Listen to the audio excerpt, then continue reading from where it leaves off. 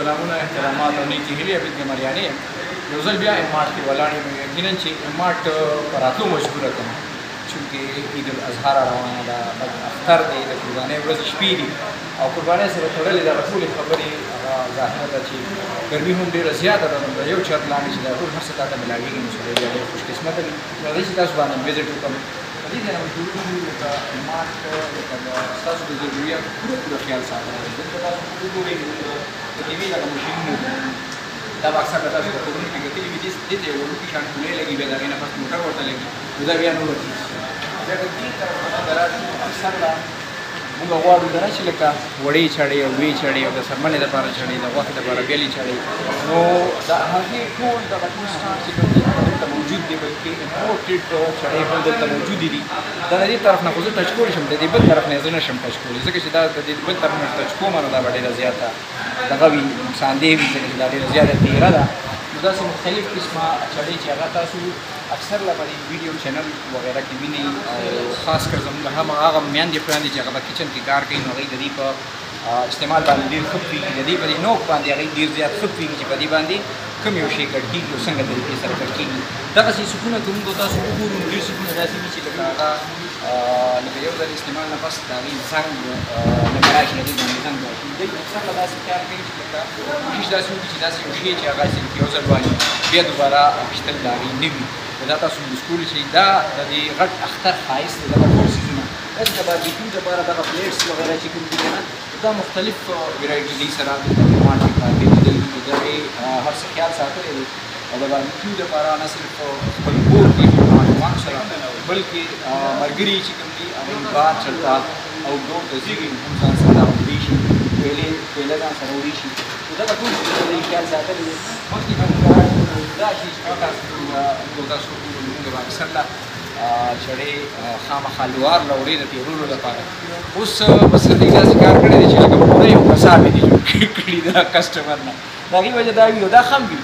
چې دغه ټولو لوازماتو خیال وکړی شي چې لکه څه څه ضرورت دي نسسري څیزونه کم کم دي چې چاړه تېرول د هغې لپاره لکه سړی مونږ به کاڼې را دغه ټولو نو دوی دغه شی راوړی دی دا ډېر زیات مؤثر دی ډېر زیات مفید دی د چاړه دا دې سره ډېر ښه دغه کېږي داسې دې خوا هم نو تاسو وګورو نو ټوکاګان دي د دې قیمت هم ډېر زیات ریزنیبل دی 680 880 دی که 680 دی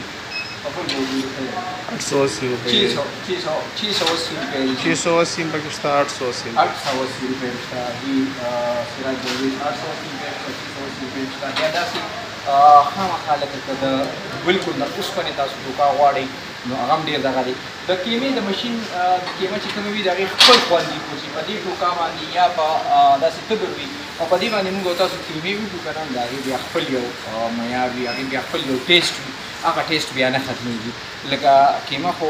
داسې د هغې خو هغه مشین ډېر زیات میده کړي او دې سره ډېره زیاته نه میده کېږي داسې د غوښې هغه تاثر راځي په دغه کې نو هغه ډېر زیات دغه وي نو زه تاسو ته دغه ویل غواړم داسې دا امپورټډ دی دا امپورټډ دي دا امپورټډ دي نو دا اکثر له به تاسو کچن ویر کې دا ټول څیزونه تاسو استعمالوئ زموږ میندې خویندې دغه څیزونه استعمالوي بله غټه خبره دا ده چې لکه دلته تاسو راتلی چې تاسو راتګ چې کوئ زه هغه میندې خویندو ته ویل غواړم چې لکه د یو چت لاندې تاسو ته ټول هر څه ملاوېږي چې ګوره چا ویلي دي ورسره نور لکه د کچن چې څومره سامان دی ضروریات دي هغه ټول تاسو دلته ترلاسه کولی شئ ورسره د اختر حوالې سره که چا کپړې